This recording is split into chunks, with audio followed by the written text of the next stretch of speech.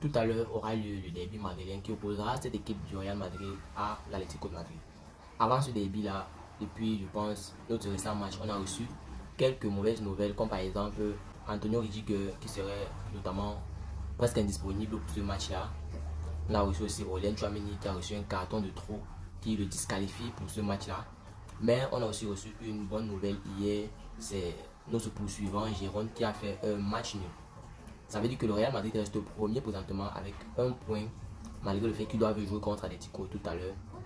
Ça veut dire que le Real Madrid a une opportunité présentement de prendre le large sur cette équipe de Gérone. Après la victoire face à cette équipe d'Atlético Madrid tout à l'heure, le Real Madrid comptera maintenant 4 points d'avance sur notre poursuivant Gérone. C'est notamment une superbe bonne nouvelle pour le Real Madrid. C'est maintenant que les vraies choses commencent, comme l'a dit Carlo Ancelotti, parce qu'il a considéré nos 4 prochains matchs comme les matchs les plus importants pour remporter les titres. Après avoir récupéré notre match en retard en semaine, c'est maintenant que Girona va se retrouver sous pression plus que jamais, parce que Girona va se retrouver sous pression plus que jamais, parce qu'ils ont un Real Madrid déjà devant que avec 2 points d'avance, parce qu'ils étaient d'abord sereins, sachant qu'ils sont premiers et que le Real Madrid était deuxième malgré le match en retard. Mais on a récupéré notre match en retard. Maintenant, Girona a fait, parce que cette équipe madrilène n'est pas là pour blaguer. On va le voir tout à l'heure face à l'Atlético de Madrid. Vous allez comprendre une fois de plus la raison pour laquelle nous sommes supporters madrilènes. Et bien les gars, ici je vais parler de Fran Garcia qui a reçu un coup à la cheville hier lors des entraînements et qui sera notamment indisponible pour ce choc, pour ce derby madrilène là. Fran Garcia sera indisponible. Antonio Rudiger veut forcer pour jouer, ça veut dire que même s'il se retrouve sur ce terrain à jouer le derby madrilène, il ne sera pas à 100%. Il aura forcément des douleurs lors de ce match là. Mais nous savons que rien que sa présence, même s'il n'est pas à 100%, intimide l'adversaire, va faire comprendre à l'adversaire que nous sommes au complet. Notre Jude Bellingham de retour, Vinicius Junior sera encore là. On a Joselu, on a Rodrigo, on a Camavinga, on a Mendy, on a Carvajal. Parce que si Rudiger est absent, Carvajal sera obligé de jouer à l'axe pour laisser l'ouverture à Lucas Vazquez pour jouer latéral. Et maintenant les gars, ce début madrilène là est super important parce que non seulement ça va nous donner l'avantage, mais ça va nous donner la confiance qu'il faut, parce que nous savons que nos deux défaites, les 2 défaites qu'a reçu le Real Madrid depuis le début de saison, se face à l'Atlético de Madrid, ça veut dire que ce match là compte aussi pour la confiance de nos joueurs, pour nous faire comprendre que nos 2 matchs qu'on a perdus face à l'Atlético de Madrid n'étaient rien du tout et que on peut faire mieux pour remporter ce titre. On a déjà fait un très beau début de saison. On se retrouve dans la 2e partie de la saison. Pour rappel, après le match face à l'Atlético de Madrid, il ne restera plus que 15 matchs pour la fin du championnat. Il ne restera plus que 15 matchs. Et ce match-là est super important, ce début madrilène, parce que ça va nous donner la confiance et on va dire comment la confirmation qu'il faut pour... parce que personnellement, je pense que si, lors de ce début madrilène-là, le Real Madrid donne un super beau score à l'Atlético de Madrid, nos 3 prochains matchs sont assurés sur les victoires. Personnellement, c'est ma pensée personnelle. Je ne sais pas ce que vous pensez de cette rencontre-là, mais d'autres peuvent voir ça comme une rencontre comme les autres, mais c'est une rencontre super importante pour nous, pour notre confiance, pour le titre, pour notre avantage, notamment sur le tableau. Parce que présentement, nous sommes premiers avec 1 point, malgré que Girona a déjà un match en avance sur nous. On va récupérer ce match tout à l'heure face à l'Atlético de Madrid. Et maintenant, je vais me retrouver sur un autre dossier, sur le cas Kylian Mbappé. Selon les rumeurs, Kylian Mbappé serait finalement décidé de signer au Real Madrid.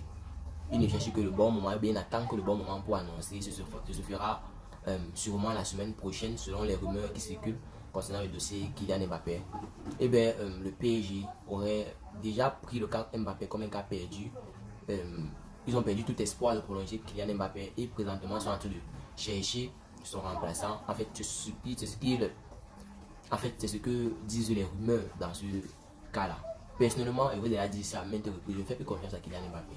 Juste à ce que je vois un Kylian Mbappé finalement signé au Real Madrid. Je ne fais plus confiance sur tous les rumeurs qui sont à gauche et à droite. C'est ce qui s'était passé la dernière fois et il a prolongé au PSG à la dernière minute.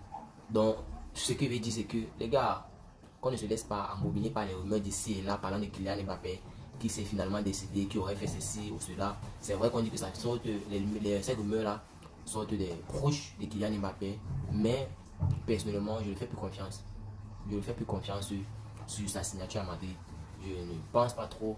En fait, je ne mets pas trop dans ma tête que Kylian Mbappé va rejoindre cette équipe madrilène parce que c'est vrai, le dossier présentement, si je vous dis que le dossier présentement est moins que la dernière fois, le dossier est franchement bien avancé par rapport à la dernière fois. Il n'a pas accepté les avances que l'on fait le PSG pour prolonger à 2 reprises déjà. Ça veut dire beaucoup, mais jusque là, personnellement, ça ne me convainc pas. C'est jusqu'à la signature que je vais finalement comprendre que Kylian Mbappé, oui, c'est un joueur madrilène. Beaucoup ne l'aiment pas à Madrid. Je pense que beaucoup ne l'aiment pas, c'est pas, on va dire comment, parce que les gars doutent de son talent. Vous qui voyez cette vidéo, si vous ne voulez pas Kylian Mbappé au Real Madrid, c'est pas parce que vous doutez de son talent, non, non, non. Vous savez bien que Kylian Mbappé est super talentueux pour cette équipe madrilène. Mais c'est l'effet que Kylian Mbappé a déjà tourné le Real Madrid plusieurs fois. Bien que c'est comme si le Real Madrid le suppliait, qui fait en sorte que beaucoup ne l'aiment pas. C'est pas parce qu'il n'est pas talentueux, non, non, non. Je pense pas. C'est parce qu'il a déjà fait football au Real Madrid à 2 reprises au minimum, qui fait en sorte que beaucoup le détestent. Vous-même, dites-moi en commentaire ce que vous pensez. Toi, penses-tu que Kylian Mbappé se manque de talent qui fait en sorte que tu ne veux pas qu'il signe au Real Madrid? Toi, dis-moi en commentaire, donne-moi ton avis. Personnellement, je ne pense pas que c'est le doute sur son talent. Je pense plus que c'est le fait qu'il a beaucoup tourné au Real Madrid. C'est comme si le Real Madrid le suppliait, qui fait en sorte que beaucoup n'aiment pas Kylian Mbappé. Et bien les gars, je vais terminer maintenant en vous donnant mon possible 11 de départ pour ce match-là. Gardien de but, André Luneux, comme j'ai déjà dit dans mes précédentes vidéos, Luneux a notamment raflé cette place de gardien titulaire dans cette équipe madrilène devant Kepa. Avec les performances que Luneux fait actuellement bien dans ses récents matchs, ce sera très compliqué pour Kepa d'être aligné en tant que premier gardien de cette équipe madrilène. En défense, s'il y a notamment le retour de Rudiger, si Rudiger force pour jouer comme je vois les informations, il dit on va voir Mendy en tant que premier latéral, Nacho et Rudiger en défense centrale et Cavaral sur son poste comme d'habitude. Mais présentement, Mendy est sur menace. S'il reçoit un carton lors de ce match, il sera disqualifié ou bien il ne sera pas disponible pour le prochain match du Real Madrid. Maintenant, en milieu de terrain, Jude Bellingham, Eduardo Camavinga, Toni Kroos et Federico Valverde. Camavinga est aussi sur menace. S'il reçoit un carton jaune lors de ce match, il ne sera pas du tout disponible pour le prochain match du Real Madrid. Maintenant, en attaque, on va voir un Vinicius Junior et un Rodrigo. Parce que je pense que Carlo Ancelotti va penser à plutôt mettre Rodrigo lors de ce match. Parce que si vous vous rappelez le récent match du Real Madrid, Carlo Ancelotti a plutôt mis un José Mato et a laissé Rodrigo au repos. Bon, là, ce sont mes possibles 11 de départ pour ce match-là. On se voit tout à l'heure pour un débriefing d'après-match. Parce qu'après le match, après ce match-là, je vais vous donner mon commentaire, mon avis concernant ce match-là. Je vais vous donner ma pensée et mon feeling concernant le match qui s'est déroulé. Ben, les gars, c'était tout pour cette vidéo. Si tu as suivi cette vidéo jusqu'à la fin, merci. Laisse-moi un like, ça fait plaisir et c'est totalement gratuit. Abonne-toi et active la cloche de notification pour ne manquer aucune de mes prochaines vidéos. C'était Wilfried pour vous. Actu Sport Live, on se voit dans une prochaine vidéo. Ciao, bye bye.